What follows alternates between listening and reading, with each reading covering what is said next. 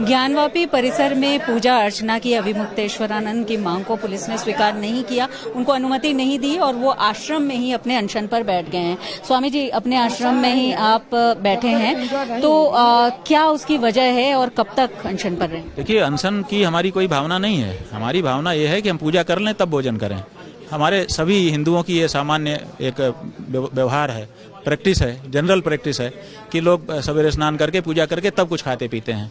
तो हम तो इतने बड़े देवता की, इतने सारे 100 करोड़ सनातन धर्मियों की ओर से जगत गुरु शंकराचार्य जी महाराज के आदेश से पूजा करने के लिए पूजा की थाली में से थोड़ा थोड़ा सामान इकट्ठा करके एक आदमी जा रहे थे कि चलो एक ही को जाने दो, लेकिन उतना भी जब नहीं माना गया तो अब हम पूजा किए बिना कुछ भी कैसे खा पी लें, इसीलिए हम यहाँ बैठे। तो मामला अदालत में है जिस वजह से, और दूसरा ये कानून व्यवस्था बताई जा रही है, तो आप अदालत में है, बार बार ये बात कहते हो, इतने बड़े जिम्मेदार आज तक चैनल हो, आप इतना नहीं समझते हो कि संविधान ने सब प्राणधारियों को प्राणदैहिक अधिकार दिया हुआ है।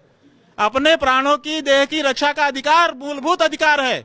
हमारे देवताओं में प्राण होता है, उनको भी प्राणदैहिक अधिकार है। आप उससे वंचित कर दोगे, उनको भोजन बंद कर दोगे। एक हत्यारा हत्या करके आता है, उसको लाख में भोजन सरकार के पैसे से दिया जाता है। एक हत्यारा जेल में बंद हो जाता है, उसको पूरे जीवन पर्यंत जेल में बंद कर दिया जाता है, उसको सरकारी पैसा से भोजन दिया जाता है। हमारे भगवान को भोजन पानी से वंचित किस आधार पर कर रहे हो? न्यायालय न्यायालय न्यायालय, बार बार आप चिल्ला रहे हो। न्यायालय को समझ क्यों नहीं जाती है? न्यायालय समझे, हमारी प्रार्थना है, भगवान को भोजन पानी के बिना मत रखो।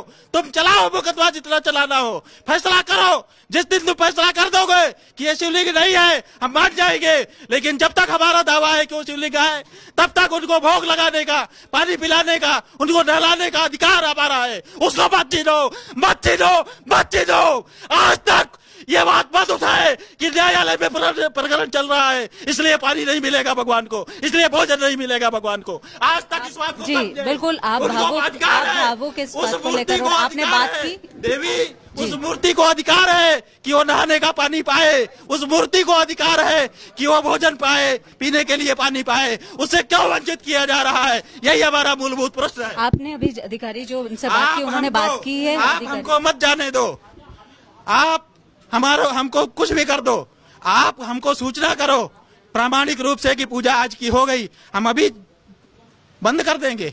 हमको पूजा से मतलब है, हमको पूजा के अधिकार से नहीं। जो न्यायालय में दूसरे पक्षकार गए हैं वो पूजा का अधिकार मांग रहे हैं, अधिकार 2 महीने बाद उनको मिलेगा, चलेगा।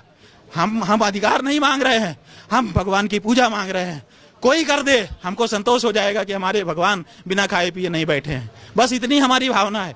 इस भावना को क्यों नहीं सुना और समझा जा रहा है? आज तक जैसा जिम्मेदार चैनल जब ये कहता है कि न्यायालय में पेंडिंग है मामला, तो क्या भगवान को भोजन और पानी से वंचित कर देने की बात को नहीं समझता? आज तक हमको आपने अधिकारियों से अभी अपनी बात रखी इस बात का, आपने अभी अधिकारियों से ये बात, अधिकारियों से हमने बात की है। अधिकारियों को हमने एक कागज दिया है कि भाई भगवान को उनके प्राणदैहिक अधिकार से, उनको भोजन पानी पाने के अधिकार से किस कानून के तहत, किस आदेश के तहत आप वंचित कर रहे हो, हमको बताओ।